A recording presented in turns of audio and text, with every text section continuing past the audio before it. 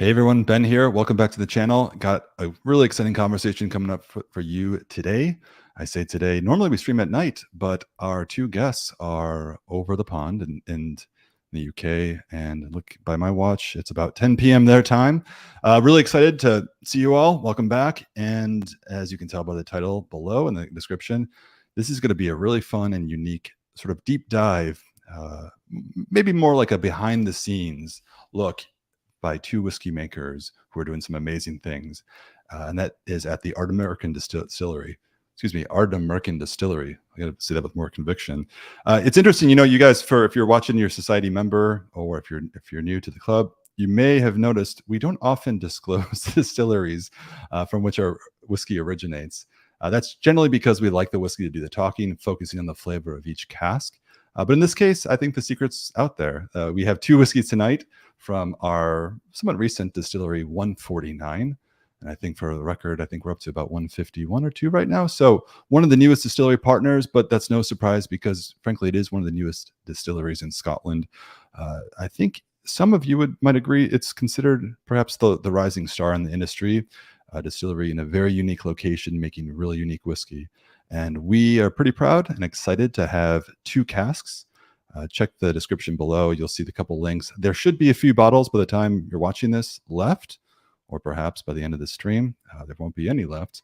Let me bring them on. So as I mentioned, two guests from Ardnamurchan, friends of mine, people I've met over in Scotland and really happy to have on the channel.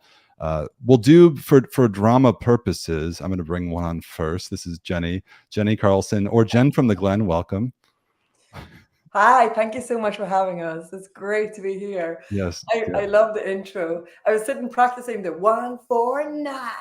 Oh, how many fingers? Oh, yes. Well, good evening. We've already established it's a late night for you, so obviously appreciate you being here. And I said for drama purposes because your partner in crime, we should say, was really excited for this introduction. I won't go as far as I normally would to embarrass him before he comes on. He does that himself. Okay, so just by the nature of being present, I think this will be an entertaining one. And I can already see some theatrics here. This is Connal Mackenzie from Ardnamurchan. He's just gone. I love that he has gone in the huff with us. He's either gone. I see a head. Hello, everyone. Hello. Yeah. Good to be here. I really enjoyed whatever this was, Jenny. 149. Yeah, you did really well there. Yeah. But it is true that we don't reveal the name of the distilleries that which you bottle, and we do have a code for each one. But it seems, with Ardnamurchan, it's again the worst kept secret, perhaps. And I think the fact that we've invited you on to talk about these casks is, first of all, a really unique opportunity for members of our club to hear firsthand from the two of you. But also, because we're going to be talking about the whiskey, not just based on the flavor, but more, I think, the behind the, what has gone into it, because you're able to offer that. So thank you both for being here. I'm going to do this just to put you two side by side, because I know you don't do that enough. I'm going to come down below, so we have the real stars at the top. So good evening, and a quick shout out to everyone. First of all, Big Dog comments first in the chat. This is a surprise. Yes, it is, Big Dog. Oh, excuse me, I said Big Dog. Oh, the bird dog has just crept under the porch for a nap. I don't know if these are two different things, Big Dog and Bird Dog. As it happens, I'll be here to commune with y'all if I don't nod off myself. Well, you wouldn't be the first to nod off, as we just caught Connal sleeping. Licorice George, hello everyone. Hello, Licorice George. George Kaplan. A lot of Georges going down tonight. Cheers, everyone. Cheers, George. Jimmy Jazz, it's good to see you as always. Good evening. I know Mr. Jimmy Jazz. I know. You know Jimmy Jazz. You know him? I was in his company in Boston 10 days ago. There you go. So, there you go. Yeah. Jimmy Jazz, you seem to have left an impression. We'll go through more chat as it comes in. Hi, Jimmy. Hi, everyone. As I said again, not to be redundant, thank you for joining us. What we'll do tonight or this afternoon, depends on what time and which time zone you're in at the moment, or while watching this on the replay, we have two whiskeys to talk about. I thought maybe, Jenny, Connal, let's just dive into, take a few minutes talking more about yourselves and Ardnamurchan. Do you mind just kind of sharing with everybody your brief background? You don't have to, I don't need the whole resume, but perhaps what you're doing at Ardnamurchan and what's got you into all this. Miss Karlsson, you can take the floor. I'll start. I'll be quick. I have been in industry for a couple of years now. I started off working with Springbank and Kilcare and launching that into the world in the 2010. And since then, I have worked with some really good companies. But I had a family, so I took a bit of a career break. And while I was on my career break, I was chatting with Alex Bruce, who's the managing director of Ardnamurchan Distillery. And I did a little interview with him and talking about the QR codes and various things that are happening in at the distillery. And I ended up with a job at the back of my chat with Alex and Connal, because Connal was already there then. And we have been making whiskey since 2014. I joined in 2020. 2020 I joined. Yeah. And just as we were launching the first whiskey. So yeah, I'm on my third years with Ardnamurchan Distillery. Sorry, I kind of had to go. It's hard to sort of compress 20 years into a few seconds. But yeah, I've been in industry for a while, and I am in a role at Ardnamurchan now that actually is bringing everything that I've been working on for the last 20 years together. I've worked in whiskey education, I've worked in whiskey sales, and I've studied brewing and distilling. And what I'm doing here is working with a team that is for sustainability. I'm part of the blending team. We hosted you and your guests when you came to the distillery.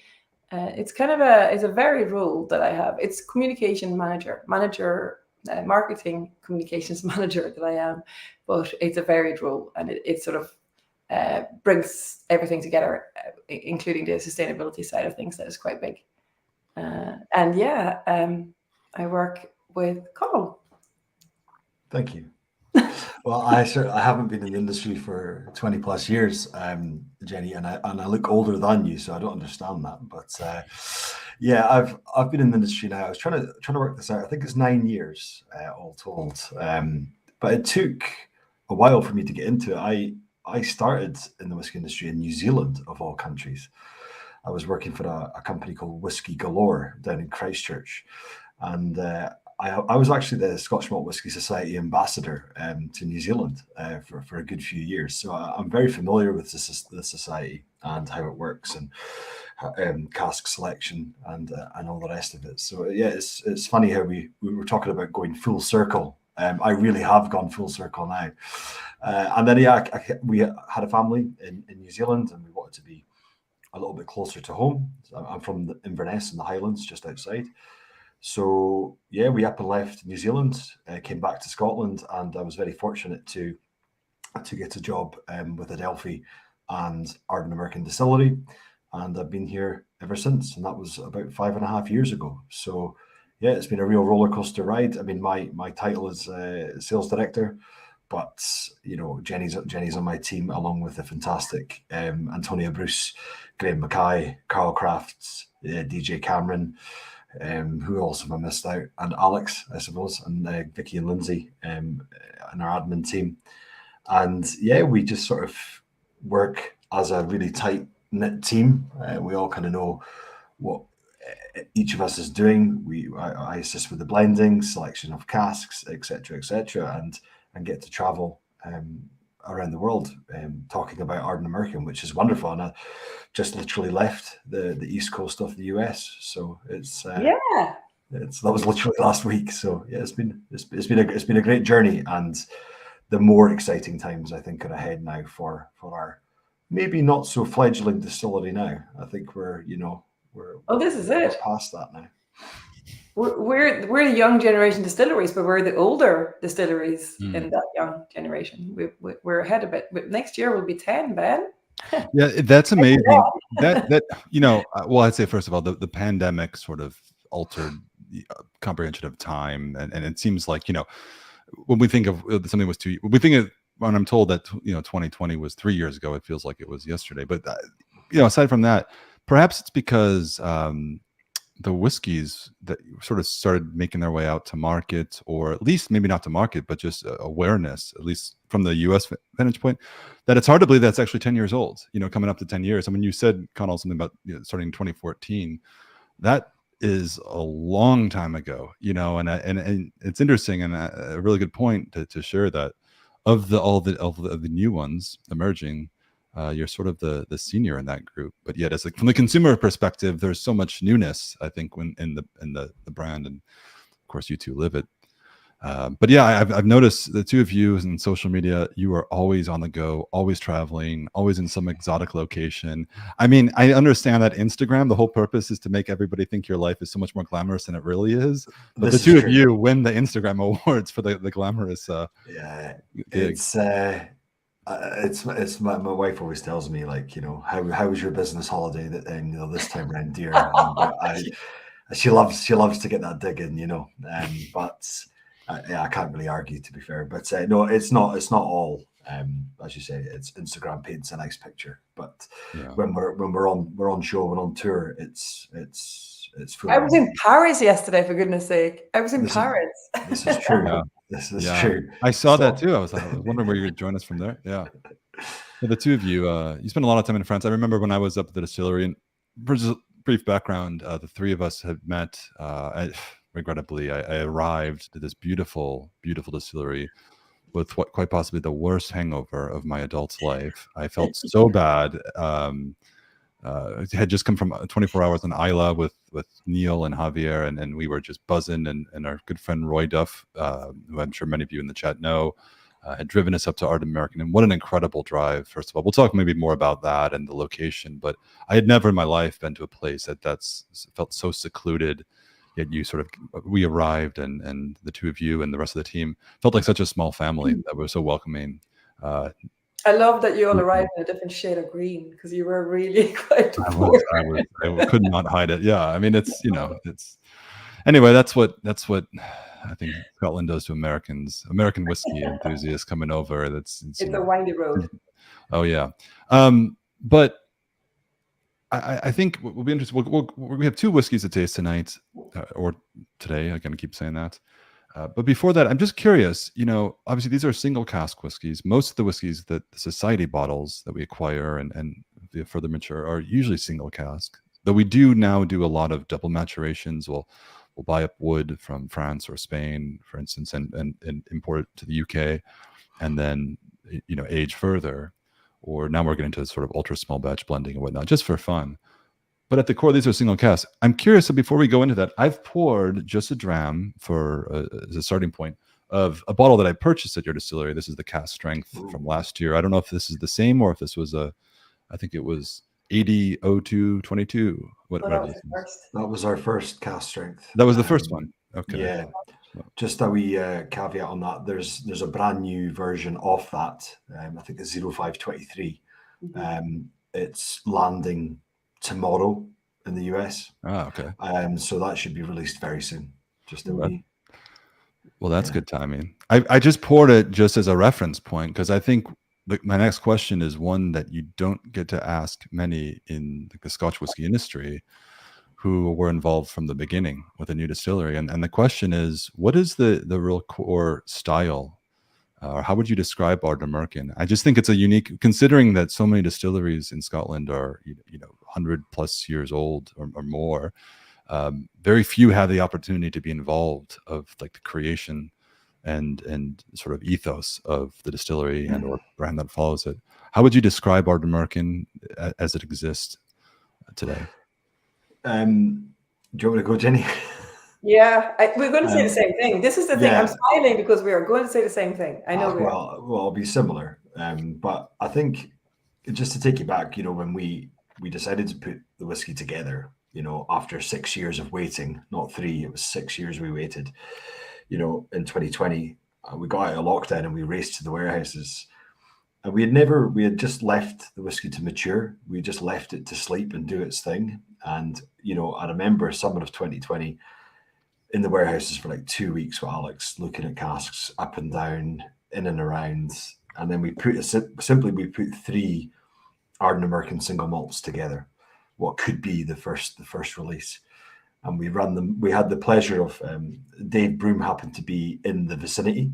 He was actually writing A Sense of Place, and coincidentally, we were on site. He came and had a chat, and we showed him what we were working on, and we also showed it to someone who we've been long established with, which is Charlie McLean, and we all agreed in the same bottling, thankfully. So I think when you're talking about style, we didn't know what that style was going to be, but we knew that the casks we were using and the spirit that we were distilling was high quality, and when we started putting it together, for me, the thing that grabbed me the most was the saline quality of the whiskey. That sort of mineralic saline, with bags of fruit in the background, and for me, the perfect balance of peat smoke. So we're trying to make something that's unique to Ardnamurchan. We're trying to make Ardnamurchan. I don't mind being compared with anyone, I mean, frankly, but I think we are making something that's uniquely us, and that's important for us. But yeah, for me, salinity in our whiskey, I don't know where we get it from. I hope it never finishes, because it's great. Sorry, Jen, I went on a bit. No, what are you saying? It's exactly, I agree. I don't think saying we were lucky is the right expression, because luck, you have to work hard to get lucky, I think. Alex Bruce, who's our managing director, had an idea of the profile, the sort of brackets he wanted the flavors to be in. And by starting in 2015 to produce peated whiskey as well as unpeated malt, meant we had that flexibility at a time where we were blending in 2020. We could use peated malt and unpeated malt. We had bourbon matured and we had sherry matured. So we were going with the classic sort of blending recipe with the west coast of Scotland, and really wanted to just emphasize that coastal, gritty, saline, what Connal was describing, oyster shell. And the initial sort of introduction is that sort of gentle orchard fruit. But it's one of these, the core that we do. And I just think it's the perfect dramming whiskey. You just want to go back for more, and it's kind of what we want. A whiskey that is affordable and enjoyable. Yeah.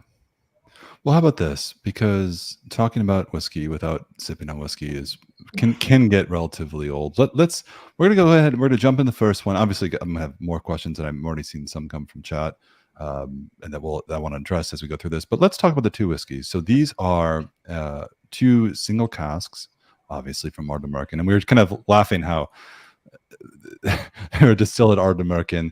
The society acquired them, and now we shipped some bottles back to Jenny and Connal to enjoy.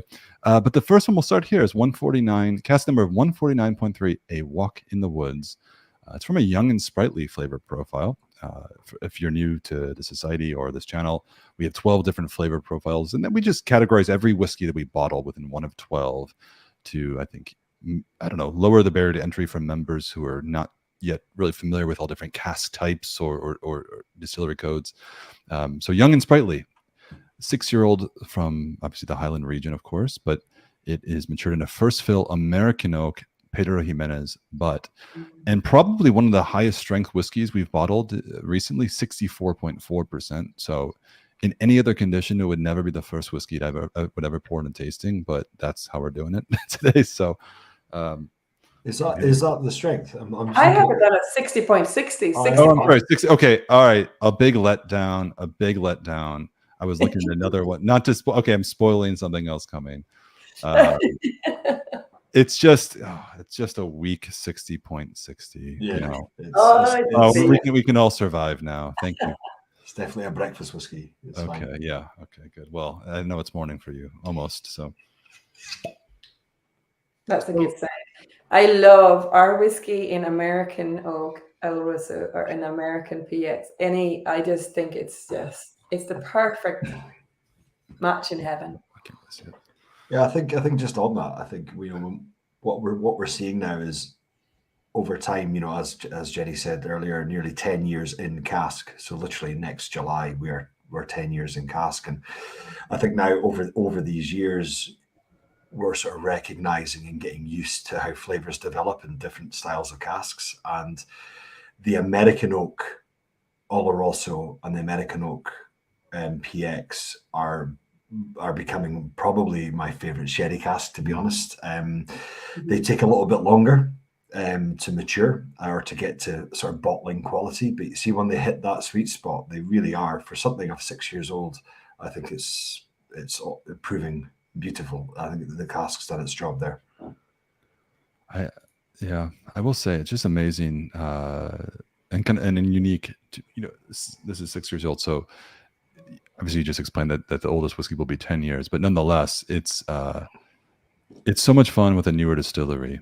And I know we've gone back and forth whether Ardnamurchan's new or not, but let's just say relatively it is. It's so much fun to be able to taste a whiskey of this age. I don't know if you have intention, in 10 years time from now to be bottling whiskey at this age, or if you're going for an older style or whatnot, but regardless of intention, it's always fun to taste whiskeys of this age from newer distilleries and be able to sort of experience, if you follow a distillery that's new and buy the bottles off the shelf, or I guess now from us in this case, but be able to experience how the evolution from the consumer perspective, which is what you get to deal with every day at the distillery. But what you're doing at the SMWS is you give your consumers the option to do what they want with the bottle. In all honesty, they can add as much or as little water as they want to it. Yeah. We obviously think our core is perfect at 46.8. Any single cask we do are also obviously single cask. Cask strength. But this here can definitely take a bit of water. I mean, I do love the American oak sherry wood in the sherry for our spirit, our new make. But with a bit of water, that opens up a little bit more extra. If you have a glass, I'm lucky to have one of these really tall glasses, but it really coats the inside of your glass beautifully. Like, it's so rich. The texture of this whiskey is incredibly wealthy. It just sits nicely in your cheek. In your cheeks. I think it's a really generous dram, and it does take a little bit of water nicely. Yeah, I think. Sorry, I think that a well-made spirit, or just a well-made spirit in good wood should be able to take some water, and if I find that if it doesn't and it falls flat, I think that's a sign of a pretty not a great make. So I think from my experience over the years, if it stands up to a touch of water, especially with youth. Obviously, the older the whiskey, that you've got to be more delicate with water, because it can overpower it. But I think young whiskey should be able to take water well. Yeah, that's a really interesting take. I haven't heard that before as a sort of qualification. Obviously, people are plenty of opinions of the usage of water or not. I'm pretty vocal that I add water to every single thing just to experience it. But that's something I'll keep in mind. As a little litmus test. Yeah, I'm not saying it's fact. It's just something that I sort of keep myself by, that sort of rule, that if a young whiskey at cask strength falls flat on its face with a couple of drops of water, then I'm not sure I want to know that whiskey. Remember as well that we too have an independent bottler. Yeah, of course. We do Adelphi bottlings. So our tasting panel, obviously, we try all these older whiskies as well, and we try whiskies that we are absolutely in awe of and know how they behave, and we find it quite an interesting comparison to our own spirits, and we do often compare our whiskey with others. Sure. Yeah. No, that's true. And remind me the collection that you have and at on site. What did you call it? Not the keep, or all those different bottlings that in that glass case. What do you call it? Are you talking about the pavilion? In the stuff? Maybe I'm going off topic with this, but you have it. I was just thinking of tasting different whiskeys from Adelphi, because I remember was there. You had all those others sort of as a reference, or just. Yeah. Oh no, we just that's everything from our personal bottles to gifts like yourself have brought us through to odds and sods, cut-offs from single cask selections, everything and anything, single cask samples from Ardnamurchan that blends that maybe didn't go ahead. It's a cornucopia of madness. Yeah, we are geeks as well. That's true. So getting back to this one a little bit. So the cask itself, this PX American oak PX sherry butts. Mm-hmm. Are you sourcing these casks from any one place, or do you have just a variety of different? Sherry wise, we work with two bodegas, Okay. essentially down in Jerez. We work with a very famous one who will supply the likes of, the big sherry cask producers in the industry. I'm not going to name names, but the well known for sherry cask maturation. We are very lucky and fortunate to be able to work with that bodega. And then the second bodega, a family-owned one, which I can sort of talk a little bit more about, is called Jimenez Spinola, and they specialize only in PX grapes. They make fantastic PX wine, Pedro Jimenez wine, and you think that would just be a sticky wine, but actually they make incredible table wine out of PX grapes, before they're dried. Jenny and I visited there last year. We tried, I think, about 20 each different sort of PX wines in that day. It was an incredible day. And we get a handful of those casks each year as well. We haven't released anything from that yet, but we watch the space. How would you describe this one? You mentioned, obviously, talking about the other wines not being sticky. Would you just sort of categorize this one as a sort of a sticky sweet, whiskey? To me, it's pretty well balanced, but what's your take on it? I wouldn't. Yeah, it's not that rich, decadent madness that PX can give. It's much more restrained than that. Yeah. So it's definitely more. I like that this is called a walk in the woods, because it does have that sort of wet wood, like the fresh oak and the moss behind it as well, which gives it a bit of a more. It takes the sweetness off it. Yeah, George Kaplan, who's tasting along with us, says it's an interesting walk. It's a slow climb on that 60.6% deceptive at first. Connal, you call it a breakfast dram. That's a little.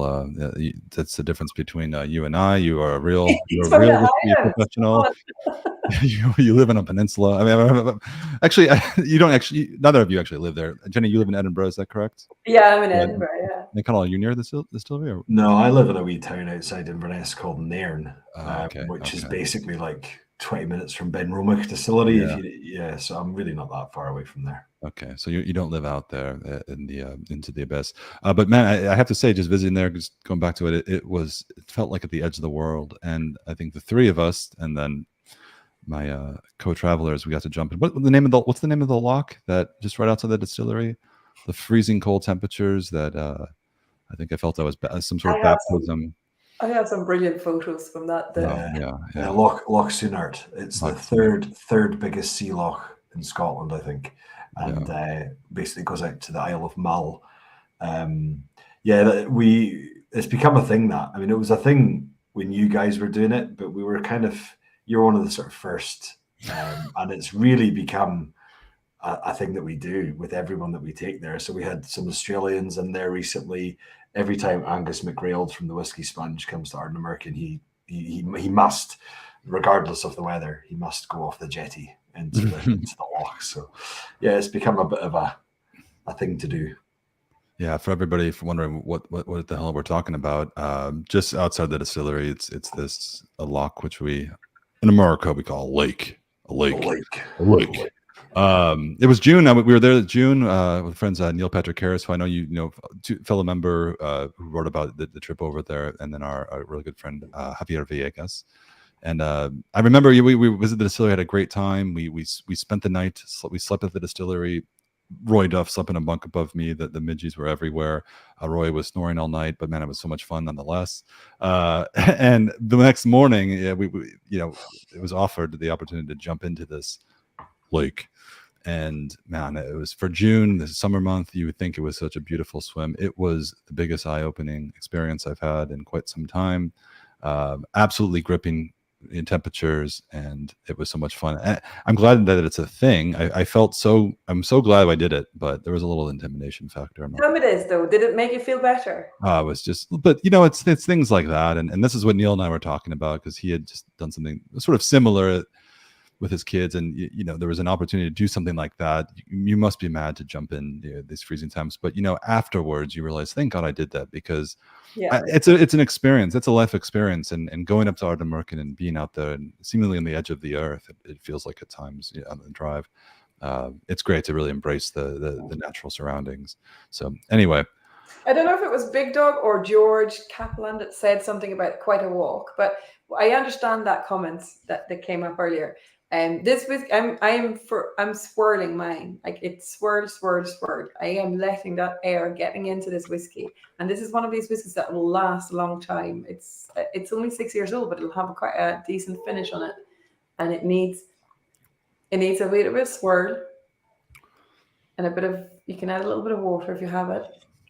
It's got a very rich, like, I don't know if you call it like creme caramel, like dessert, like toffee, cinder toffee, like ginger nut biscuit kind of thing going on. There's definitely a spice there, or maybe it's just oak spice or tannin, but there's it's not, it's pleasant. It's not unpleasant in any way, but it does open out quite nicely with that water. Yeah. No, knowing obviously intimately well the new mix spirit that's being distilled,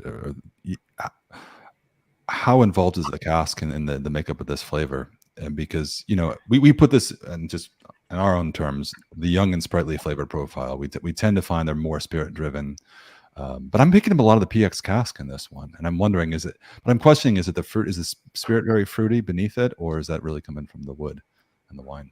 We're setting ourselves out to make a fruity new make spirit. There's no doubt about it.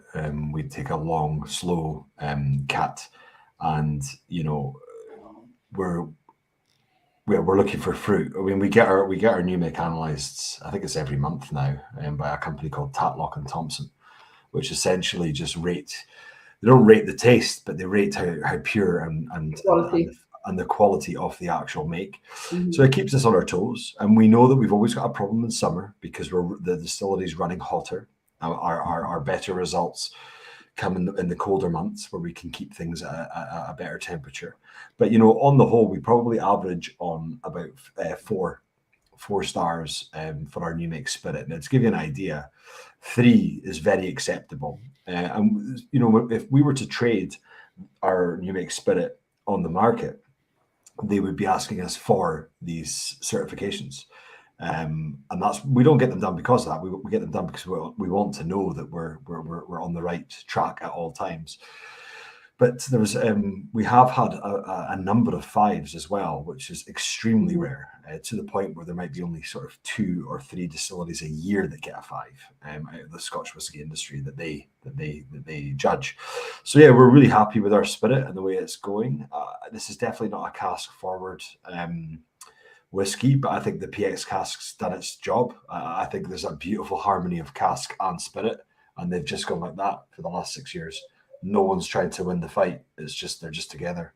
It's a good balance. It's a really good example of that. I mean, that would have gone and gone and gone, but also delicious being bottled now. Mm-hmm. We were talking before we started going. I clicked go live on the stream, but just about the rise in popularity, and really just the embracement by, I think, the enthusiast community for Ardnamurchan. And I'm just tasting this and hearing you talk about this, and just wondering, you know, based on my observation now, this is a 6-year-old whiskey. I think for a lot of people, a 6-year-old, at least for society members, a 6-year-old, young and sprightly, it can be kind of intimidating, especially over 60%. Like, you know, it's an experienced whiskey. It's not really a casual. Maybe Connal for you for breakfast, that's fine. No. But you know, for us mere mortals, you know, it's a serious whiskey that requires you know, some attention. And yeah, this is not, you know, on paper. So that's what it is on paper, but in the glass, this is much more approachable, perhaps dangerously approachable, given the strength. Than and maybe that's speaking the quality of, well, I'm sure the spirit, the wood, and all things above. But you know, obviously it's intense, it's bold, it's strong, but the balance and the duality between the cask and the spirit, I think it's the cask supports the flavor profile so well. But it's just surprising. It's surprising. I know that's sort of a cliche to say, oh, it's tastes older than it really is. That's how we yeah, as consumers say that's a good whiskey. I feel like it's good value almost, but man, it certainly is, you know. And I'm just experiencing this now and hearing you talking and thinking, well, that's probably what it is. I mean, you've been distilling for almost 10 years, but Yeah. the whiskey at sub 10 years is offering so much complexity. At least this one is here.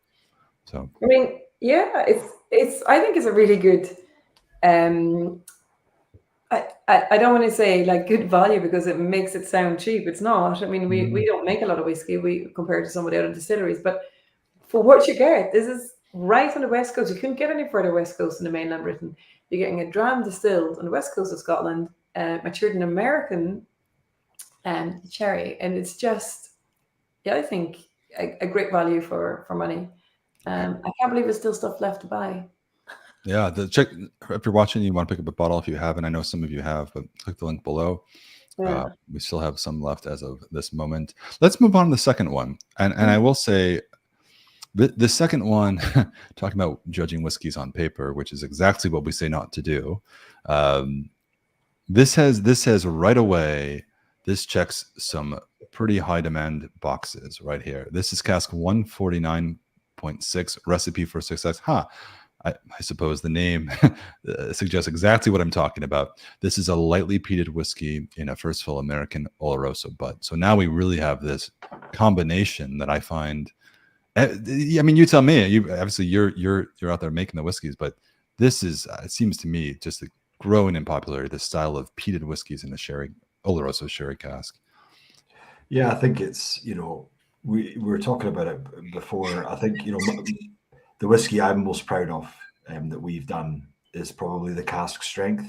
So this is as an official bottling release, that's essentially majority is ex-bourbon cask matured right there. Thank you very much, Ben. Yeah. Ex bourbon cask matured with a sprinkling of sherry casks, but mainly peated. Yeah. That for me is probably one of my favorite ones.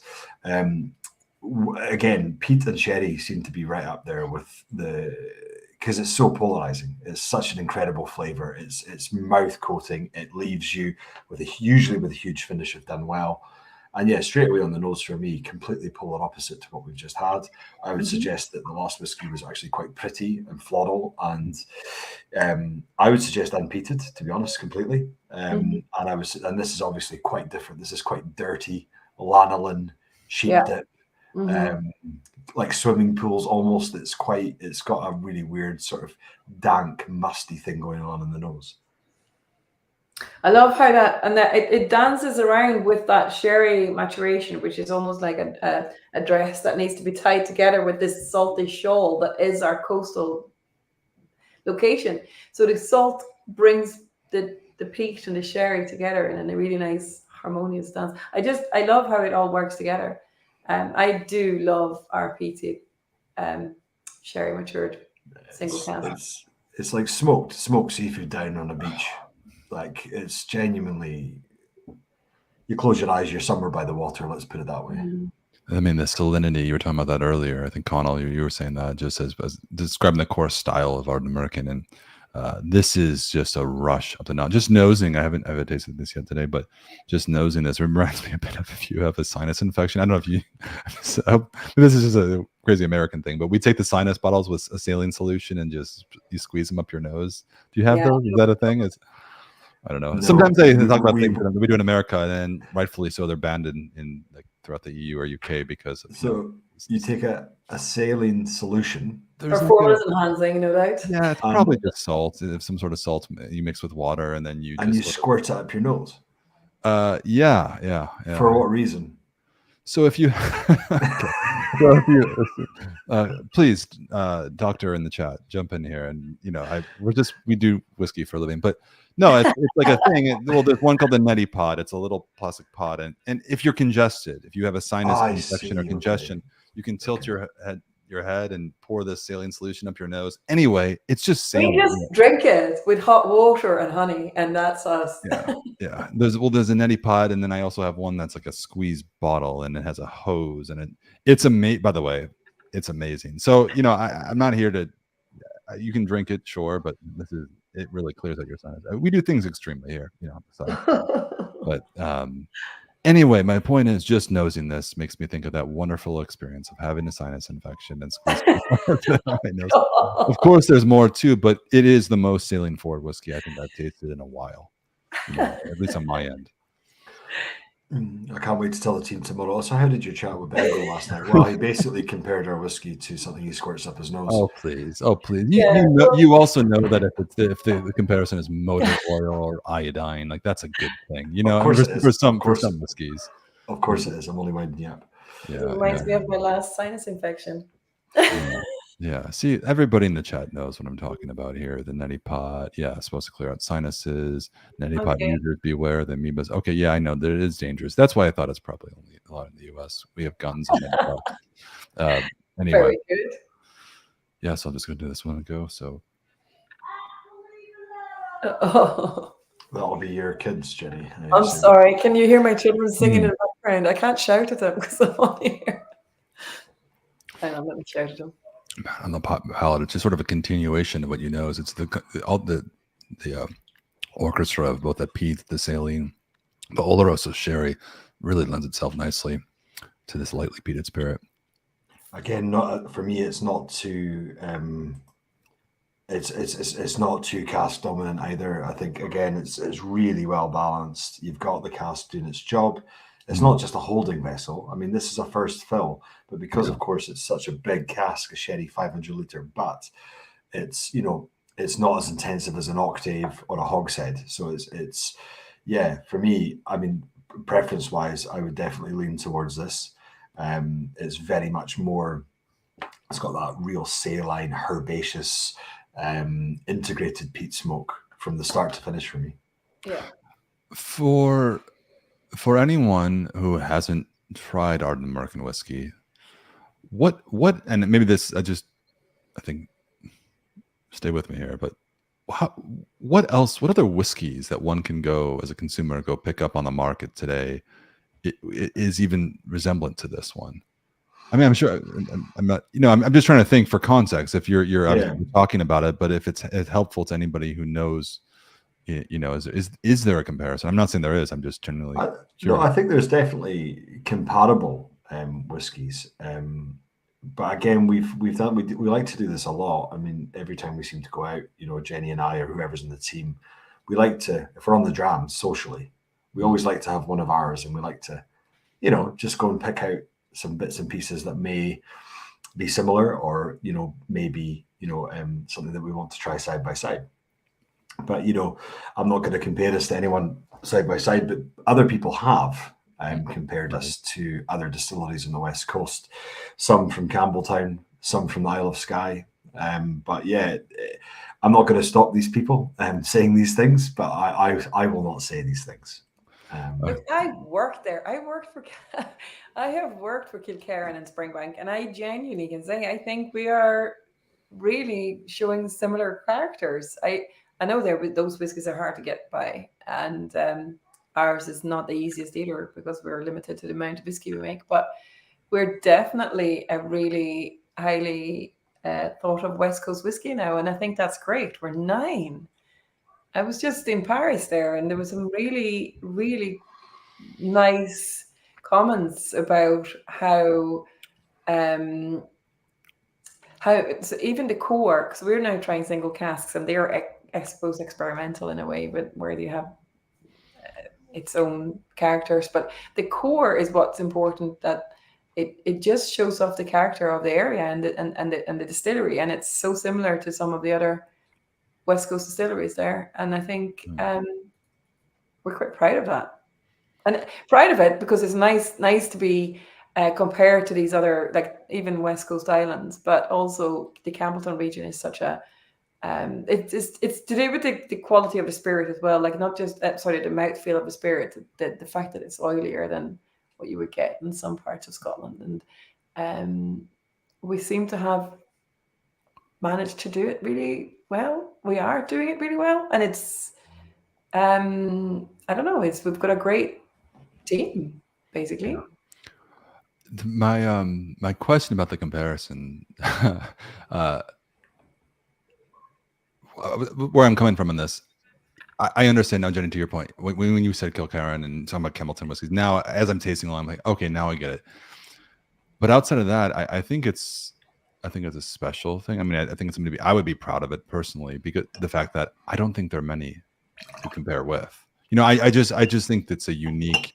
this, of course, now that I'm thinking about it more, I think of Campbelltown. Okay, but I think the spirits, I don't want to, maybe I'll just describe it in my terms, a little cleaner, a bit more elegant. You know, Yes. it's not, it's lacking the sort of industrial nature, I think, of maybe some of those whiskeys. If you've worked there, obviously, you know them much more intimately than I do. There's a dirty underlying Campbelltown-esque thing that you can't add that anywhere else in the world. That is always going to be there. Yeah. This is more ethereal. I don't know. You know, it's just, I haven't tasted anything like this in yet. You know, and and obviously, being there last year, we tasted a bunch of whiskeys in the warehouse and had so much fun. Yeah. But yeah, they were all different. But this one right here, this peated, as Connal, as you said, sort of your preferred style, this peated spirit in an Oloroso, first fill Oloroso sherry, but at this age is I haven't had anything like it. So yeah, I think that's maybe proud of the fact that of all the whiskeys made in Scotland today, and there's a lot of them, there's nothing quite like it. You know? Yeah, I think that's a pretty much take-home comment for Jenny and I, is that, you know, we're pretty confident that, you know, Ardnamurchan is that unique style, and whether it's actually unpeated, peated in sherry or bourbon or mezcal, for goodness sake, we just looked at some, we just re-racked some 2017 peated barrels, so they're already 6 years old, and we've just put them into some lovely mezcal casks, and that it's only been in for about 3 months, and it's just adding a new dimension, this real flinty, very lovely vegetal note, which we are going to release it, because I can't wait to release it.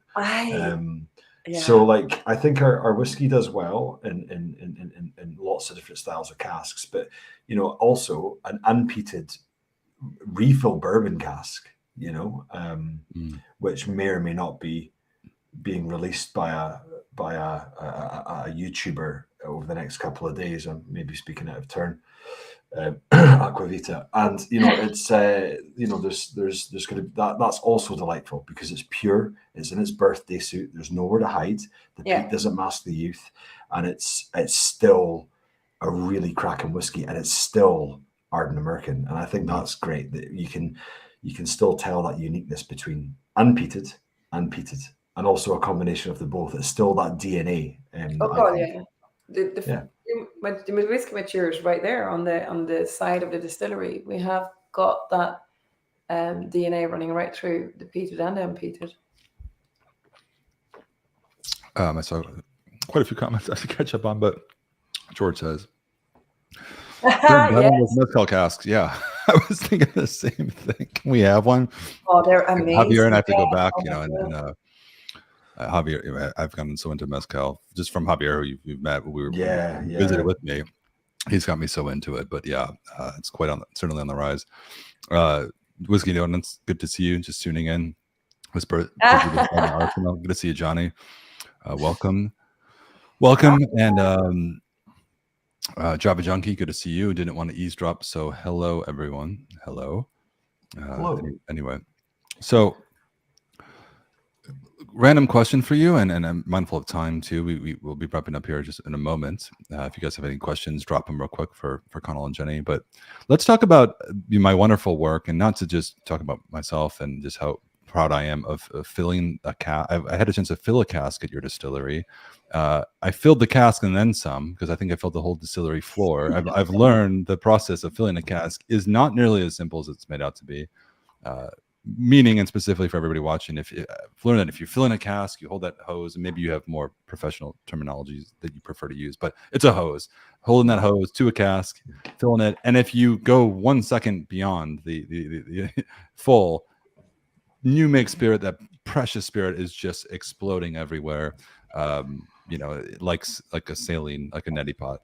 But so curious to know how are the Neil, Javier, and I all fill casks. How are those doing? I hope that I want you to tell me that every month you check on them and really give them some love. Every 2 months. Yeah, I just can't afford the time for every month. But, you know, it's funny. I was actually in touch with Mr. Neil Patrick Harris recently regarding those casks, because I think he was quite keen to progress with them. So yeah, we'll see. But yeah, they're great, you know, and I think I think you did a pretty good job, but we all were kind of hoping that you would go over the top. I think we've got plenty of slow-mo videos of you doing that. So yeah, it was one of the highlights of the day. Fair enough. Fair enough. Mamuka asks, Connal, any plans to use Rioja or Amarone casks? Oh, good question. Yeah. So in regards to Ardnamurchan, 90+% of what we do is ex-bourbon barrels, ex-sherry hogsheads and butts, both refill and first fill for bourbon. And so I suppose you could say that we. Whoa. Oh, dear. Ben. Oh dear. My battery seems to have died just because I was just I'm listening so intently. Continue, Connal. I'll sort this out. Yeah, no worries. We'll just take over. Yeah, so but we have experimented. We talked about mezcal a second ago, and yeah, we've got some other different varietals, rum casks from various sources and all the rest of it. We've found that we don't have any desire just yet, and I never say never, but we don't have any desire as such to use red wine casks for the foreseeable future. Also STR, shaven, toasted, recharred. We don't have a single cask. So there's not one red wine cask. There's not one STR cask in our warehouse out of the 17,500 casks that we have lying on the West Coast, maturing in Dunwich style warehouses. So as I said, the answer is maybe, but certainly not in the near future. I think with red wine, you've just got to be extremely careful with it when you're using it in whiskey. Yeah, that's the way we look at it. Johnny says, just bought a 149.3 bottle from the SMWS site. It was Ben's heavily compressed, very white, sultry voice. Oh, that's so sweet of you, Johnny. I can always commend you. Johnny, that's the first thing I said to you, Ben, is that your voice is amazing. It's the only reason I joined the Zoom tonight was just to hear you. I just want to hear you talk about our work. Okay. I think I, being a human being, cannot stand the sound of my voice. I think that's very normal for most of us. We don't like hearing our voice. Maybe you feel differently, but yeah, I never thought of it that way. I will say it's the mic. It's the mic. It's not. He's like that in real life. Big Dog says Ben's voice. Okay. Wow. Okay. Listen, this is getting out of hand. Okay. Anyway. Well, look, we'll wrap this up. I want to be mindful of the fact that it's almost 11 p.m. I'm sure you've had a long day. We're all good. But yeah, so for everybody, just to recap, obviously the two whiskeys we've just tasted are still available at the moment. I think, as I'm saying that, I want to double check. It looks like there are a few bottles of this one we just had here, the 149.6. Oh, actually, you know what? We got a lot of them. So there are a good amount of that's good. Yeah. Seems like we got a large allocation of this one. Fantastic. Anyway, Connal, Jenny, thank you for joining us, of course, and talking about this. It's a real treat to hear from people behind the scenes making the whiskeys. And like we talked about earlier, and I understand now, Connal, very, very well, we don't usually talk about the distilleries that produce the spirit. We instead really focus on the cask. So this is a sort of exciting departure. I gotta be careful how I say that. Not an exciting departure, but it's a nice change of pace, so to speak, to hear from you and have you come on. I definitely need to get back there. I'd love to come say hi, of course. Maybe later this year or next for sure. Check on the babies that are aging there. But beyond that, yeah. Any other follow? Maybe how can people find you? What's obviously on social? Well, listen. We're on social media. We're on LinkedIn. We're on Instagram. We're on Facebook. Find us, Ardnamurchan, and follow us. That would be great. But yeah, Connal and Karl, who looks after America, have just come back from a tour of America.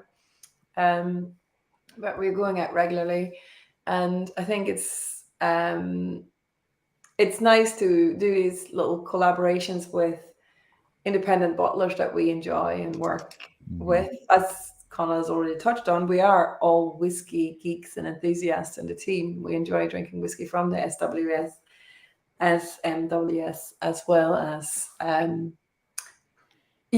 other independent bottlers. But we do enjoy whiskey, so do come and see us. Yeah. Well, maybe in the world, sometimes I can maybe host you over there because we're about to renovate the vaults and completely, or Yeah, perhaps that I process is hear. underway. Great. But I definitely want to check that out anyway. And at least Jenny, for you, for being, nearby or not too far away.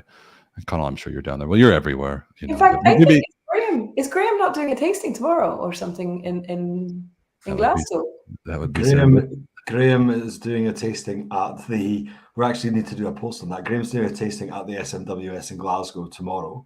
Yeah. And I am doing a tasting at Gordon MacPhail tomorrow in Edinburgh. So opposite ends of the country, but it's we do get about. But I'm down in Edinburgh all the time, so yeah, it'd be great to see you down there. But just final words for me is that there's two cracking casks here.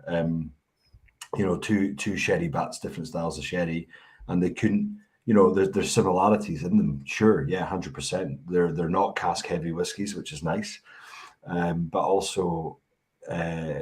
I would suggest one's quite pretty and the other one's certainly not. And they're like tonight. Yeah, well, exactly. And I'm not going to tell you which is which, but certainly the contrast between them is great. And it was actually a lot of fun lining them up side by side. And that was great. Yeah. Really different, as you know, some side by side. Exactly. And just thanks again for having us on, Ben. It was an absolute pleasure to talk. Ardnamurchan on your stream. Seriously, really loved it. It was great.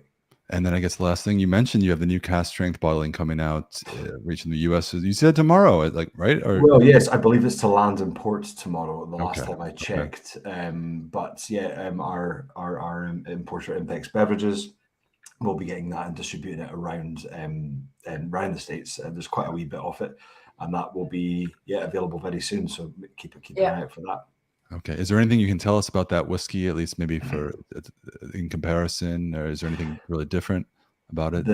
We tried to stick to the same recipe that we use. So it's essentially mainly peated spirit that we use. It's 6 and 7 year old whiskey, and it's mainly from ex-bourbon barrels. So it's about 95% ex-bourbon barrels. So it's a real clean peat smoke driven bourbon style distillate, or bourbon cask matured distillate.